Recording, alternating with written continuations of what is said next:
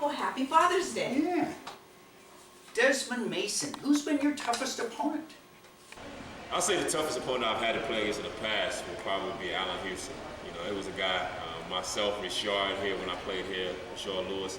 We struggled guarding Allan Houston. You know, he had some big games against us. So he's always been a guy I really respected, the way he carried himself, the way he plays basketball, just goes out and he does his job. So he's really been one of my toughest competitors since I've been in the league.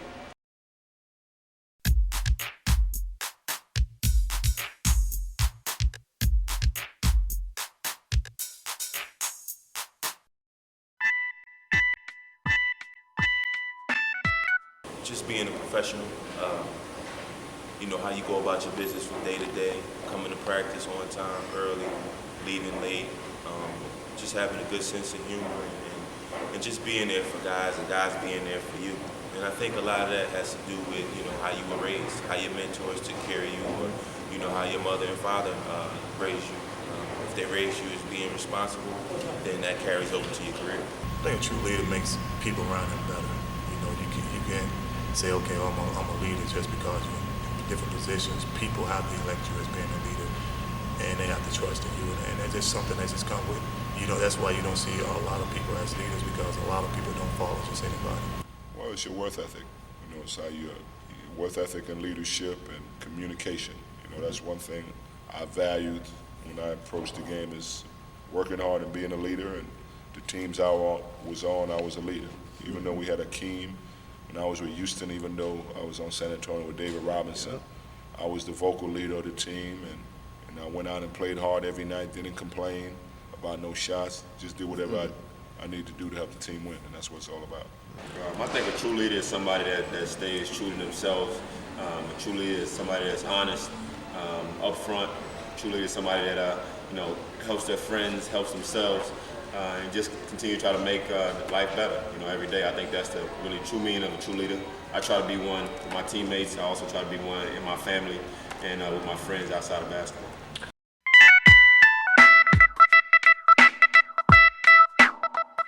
Ain't really no problem, you know. I don't feel like it should be a dress code, but you know, it's a rule, so we just gotta go by it, you know.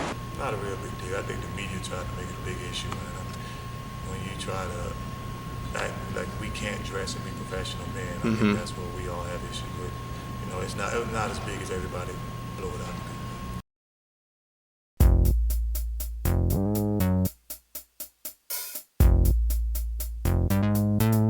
Toughest opponent, I'd have to say Akeem Olajuwon. You know, he and Shaquille O'Neal probably were the two best players I ever played against as far as big fellas, and you have to be prepared every night coming against them. I gotta say Shawn Kemp, Tim Duncan, and of course the Diesel, Shaquille O'Neal. I would say, you know, Allen Iverson and Kobe Bryant are the two guys that's the hardest to guard on ball, and I would say Reggie Miller is the guy that's hard to guard off the ball.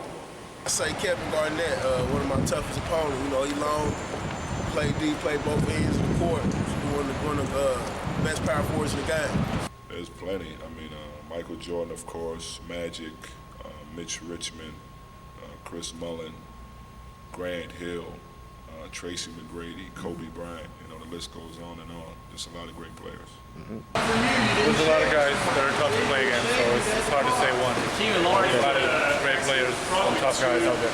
Everybody's tough. All right. Just gotta have your A game. Anybody who shoot over 30 times a night?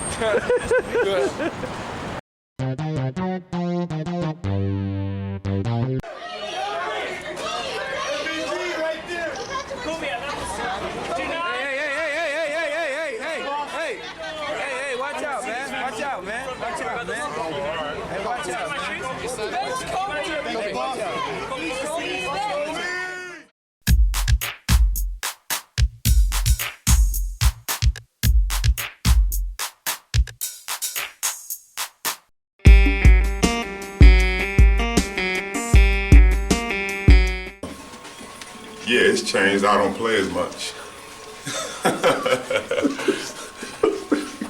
So the zone rules really don't affect me right now. I think it's more exposure for the game right now. You know, we have more outlets being on ESPN now, what we was on TBS and TNT.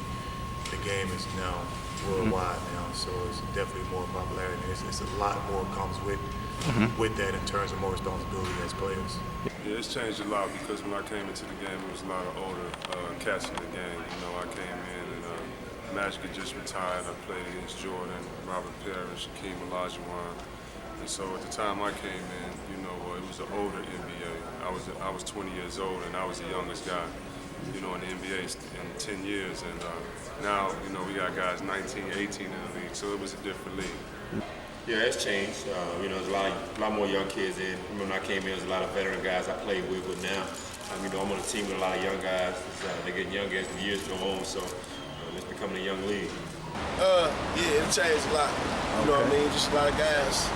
You know, it's different type of players, man. You got, you know, guys 19, Man-Child, LeBron James, guys like that. Guys hitting 81 points, so the game has changed.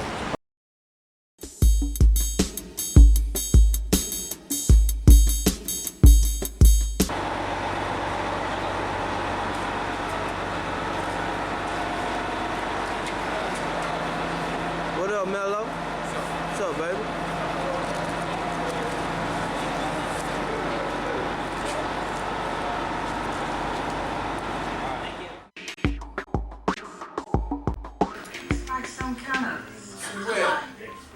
You think hip-hop is good or bad for the NBA? I think hip hop is a good thing for the NBA because it shows struggle. It shows that you can make it. It shows hard work and perseverance and being who you are can get you places in this world that you don't have to try to be someone else. And for me, hip hop was just my environment, so I'm just a product of my environment, and it helped me become an NBA player through hard work, and the music and the lifestyle definitely is a part of me as well.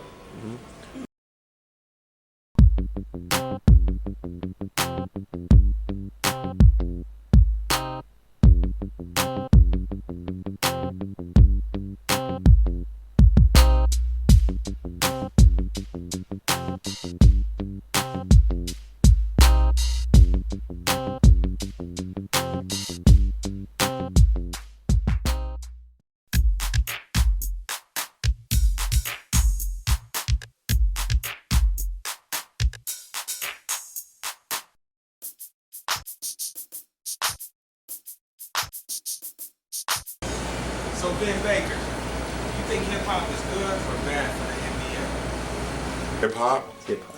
I don't think hip hop has anything to do with the NBA. I think you listen to the music you want to listen to. A lot of players like to listen to it to get them ready for the game. I don't think most players do the stuff that they hear on their hip hop records. So I don't think it's bad for the sport. It's fun. Quite a challenge, but lots of fun.